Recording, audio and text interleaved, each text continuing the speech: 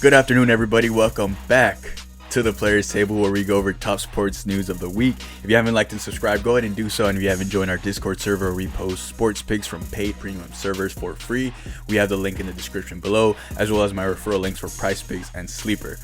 As you can see, I took some time off, so we will be doing a really quick recap of weeks 6, 7, 8, 9, 10, 11, 12, and 13.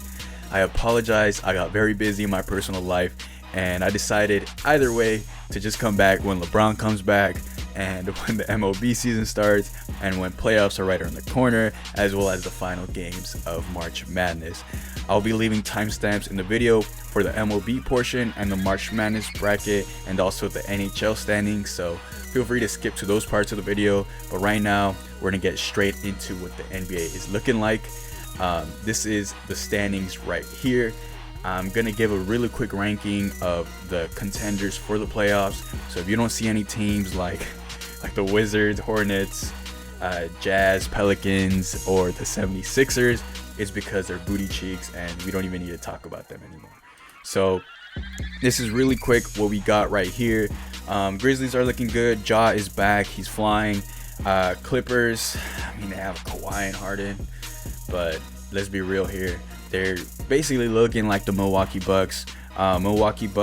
That in-season tournament didn't mean shit when Dame and Giannis look like they're still trying to figure out their chemistry. The Knicks, their hype kind of died down, but I'm not gonna lie. I think they're a slept-on team right now.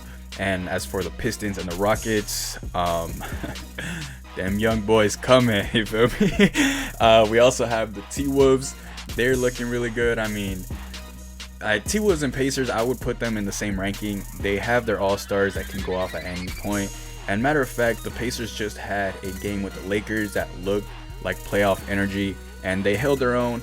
But of course, the Lakers have that miracle, LeBron and Luka. If you were to really look at, the NBA for the past 5 years, just the fact that trade went through with Luka going to the Lakers, you would think like LeBron has no reason to not win a championship. Like, this has to be the year he wins a championship and he beats all those allegations of the Mickey Mouse championship in the bubble. We have the Warriors as well. I think people are really sleeping on the Warriors now and forgetting the fact that Jimmy Butler is on the Warriors. If you put aside the little tantrums he put up in Miami, he's still like a fucking all-star player that can definitely make a difference in the playoffs. Moving up the pyramid, we have the Nuggets and the Cavs. The Nuggets are another slept-on team. I think people are forgetting they're still a championship squad. They haven't made any changes. They're like a sleeping giant right now. You don't see a lot of hype, a lot of headlines, but they're still out there winning games. We have Cavs, who have been looking good. Their hype has been high. Jared Allen just got a new haircut. Moving to our top contenders, obviously we have the Celtics. They're the love child of the NBA, and I'm kind of putting that kind of nickname on them away a little, because they are a good looking team. If it's not the offense and the fact that they can just start raining threes, it's their defense. Their defense is looking really good. If you look outside of Jason Tatum and Jaylen Brown, the rest of those guys can, lock up a team easily. And for the Thunder, I mean, I said this earlier in the year. I was like, or in the season, I mean, if they don't win that in-season tournament, they're going to go for a playoff run. And that's what it's looking like right now.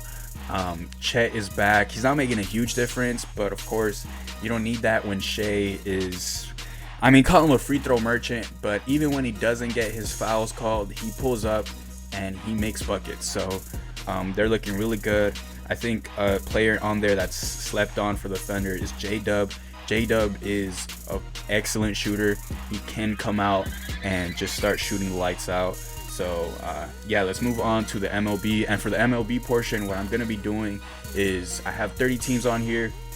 I'm going to be naming a player that can be a pivotal role for that team, or a player that might get traded. So let's move through it really quick. Of course, the MLB season just started, so take all these names with a grain of salt. Of course, when I name a player that's looking really good for this team, that's probably a player that we're going to be betting on. Starting off with the Angels. So last season, Mike Trout played a couple games. He's looking healthy this year. So that's what we got for the Angels. For the Athletics, we have Osvaldo Bido. I just saw an interview with him. He's looking like he's going to be the main role player for this team. Jose Altuve for the Astros. I mean, the Astros have a really good team as well, but Jose Altuve is looking to come up to second base, so we got that. For the Blue Jays, not good news. I think I mentioned this in one of the weekly videos before the break. Vlad Jr. might get traded. And for the Braves also a really solid team with a couple of really good hitters. And as for actually the pitching, we have Chris Sale. He did really good last year. We're expecting him to just keep fucking it up. For the Brewers, we have Joey Ortiz. He's a good hitter as well, and we're expecting him to be really good in his shortstop position. For the Cardinals, I know this isn't their logo. Please bear with me here. I just put up whatever I could find on the Quakes. But either way, the Cardinals are trash. They need to make some moves. Moving on. For the Cubs, we have Matt Shaw, of course. I think that Matt Shaw is probably going to win Rookie of the Year. So, yeah, moving into the Diamondbacks, we have Burns and we have Galen. Am I saying that right? I think I'm saying that right. There it is. For the Dodgers, they're going back to back. I don't even need to name the names because practically every single guy on that team you expect to come out and make a hit. So whenever the Dodgers are playing, we're going to be pairing up at least one player on that team with all of our parlays. Opening weekend was basically all about Dodgers and Marukami. So, yeah. The Giants also, I think, actually are a slept-on team. They have a really good bullpen. For the Guardians, we have the debut of Bazana, so we're looking to see him hit a couple homers. For the Mariners, they're all right. They'll probably be in like our top 10, so nothing too crazy. And for the Marlins, we're looking at a big return for Sandy Alcantara. For the Mets, they have Clay Holmes. He's going to be a really big starter for that team. Apparently over the offseason, he's been working on a changeup. And the Nationals have Mackenzie Gore to be a top 10 pitcher as well. Where do we have him right here? Sugano, also a really good pitcher for the Orioles. We're looking to see him step up. And the Padres are probably going to trade Dylan Cease. And for the Phillies, we have Painter to debut with them. For the Pirates, I already erased. Well, for the Pirates, we have Paul Skeens to probably win the Cy Young. He's looking really solid. And another man that's looking super duper solid for the Texans is Wyatt Langford. Honestly, I think he might win the MVP. And for the Rays, unfortunately, we have Lau and Yandy, who are probably going to get traded. For the Red Sox, we have Rafi Devers. Of course, he did really good last year, and we're expecting him to break some personal records this season. For the Reds, we have Matt McClain. We're going to be betting on him. And for the Rockies, it sucks because my favorite teams in MLB, obviously being from California, Southern California, it goes Angels, Dodgers, and Rockies. That's actually one of the teams that a lot of people wouldn't think is, I guess, one of my favorite teams. But I've always liked the Rockies anytime I've ever played any MLB games. I don't know if it's their colorway or what, or I just like their logo. But yeah, it just sucks to see that they fucking suck. If we're lucky, they might finish in the top 15 for runs scored, but that doesn't really mean anything. So for the Royals, they need to trade for a hitter. It's a team that's alright, but they don't really have any bona fide hitters, so we need that from them. And some good news for the Tigers, we're expecting Torkelson to bounce back. And for the Twins, we're likely gonna see Pablo Lopez get traded. And actually for the White Sox, we're expecting to see Luis Robert traded as well. And for the Yankees, well, it's kind of fitting that they're the last team. They're obviously going to be the main contenders for that championship against, or World Series against, the Dodgers. Really solid team. Obviously, they have their hitters. Their pitchers can lock up hitters. But obviously, we're expecting some people to step up. And I think this year, Will Warren will probably step up for them. And that's it for the MLB. Moving forward into March Madness is our two brackets here. We have the men on the left, and we have the girls on the women on the right. I'm not gonna lie, I've been just seeing headlines for March Madness. I haven't really been keeping up with the games. I know obviously pivotal players in each team, but that's about it. If I were to make my guess for the finals for the boys is probably, I mean, I would like to see Florida go on, but I think Auburn might move on, and obviously I'm taking Duke to move on, so I'm actually just taking Duke to win it all. And for the girls' side, we have Texas, South Carolina, UConn, and UCLA. Obviously, I think UConn is going to move on because, you see, they have this white girl, right?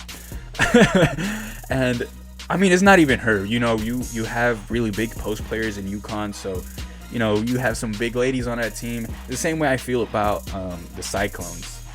They have Audie Crooks, and you guys already know she was my favorite player to bet on. So I really believe that, you know, at least in women's basketball, if you have some really good, like, post players, you're probably going to move forward. So, yeah, I think UConn's going to move up, and I think South Carolina's going to move up just because of their entire program. They were looking good last year anyways. I don't know, maybe I've been sleeping on Texas. There's some games that I didn't watch. But if I'm going to be honest, I think there might be an upset for the finals. I think South Carolina might win it all and upset UConn. But I guess it wouldn't really be an upset because they are number 2. But, you know, we're having that kind of, and I don't like to say it, but that Caitlin Clark effect where everyone's riding behind UConn because of Paige.